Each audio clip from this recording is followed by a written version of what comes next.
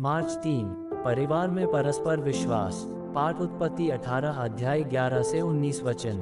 उसने सारे घराने समेत परमेश्वर पर विश्वास करके आनंद किया। प्रेरितों के काम 16 अध्याय 34 वचन। परिवार में विश्वास का वातावरण हो, ये कितने आनंद की बात है।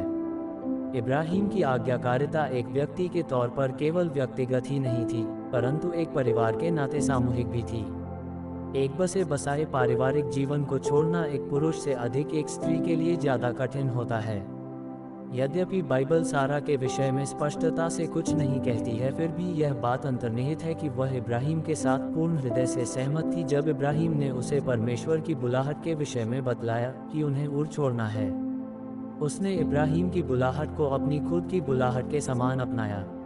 मिशन के क्षेत्र में और कई हजार लोग प्रवेश कर पाएंगे यदि पत्नी इसी तरह का सहयोग दें। प्रायः परमेश्वर पति को बुलाता है, पत्नी को चाहिए कि वह अपने सिर के पीछे चले।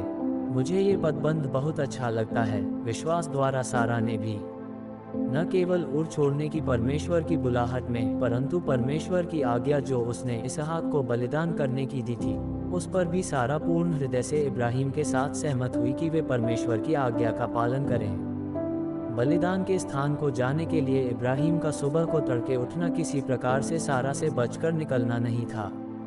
मोरिया पर्वत बहुत दूर था और यह एक व्यवहारिक ज्ञान है कि लंबी यात्रा की शुरुआत बिहान को तड़के की जाए। उत्पत्ति 22 अध्याय 1 से 4 वचन।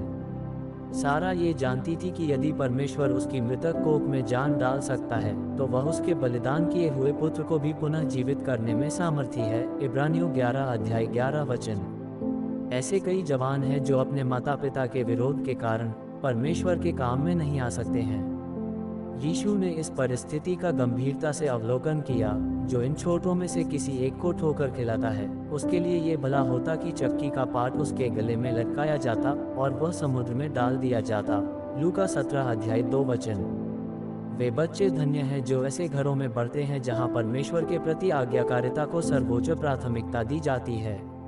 परमेश्वर यह बात पहले ही से जानता था और उसने इब्राहिम के विषय में ये गवाही भी दी कि वह अपने बालकों को भी परमेश्वर के प्रति आज्ञाकारी रहने में प्रशिक्षित करेगा। उत्पत्ति 18 अध्याय 17 से 19 वचन। इब्रानियों 11 अध्याय 9 वचन।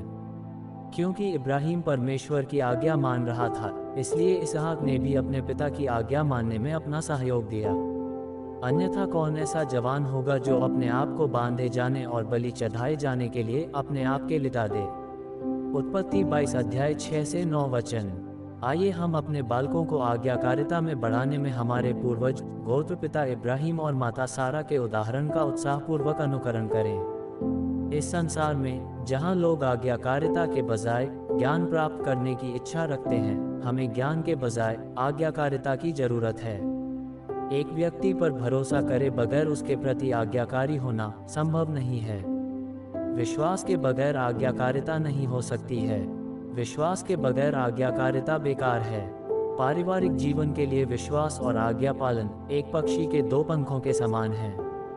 विश्वास विश्वास को जन्म देता है और आज्ञाकारिता आज्ञाकारिता को जन्म देती है। और ऐसे ही हर दिन का वचन सुनने और मनन करने के लिए बारली पावरी सितारा परिवार को सब्सक्राइब करें और मित्रों को शेयर करें।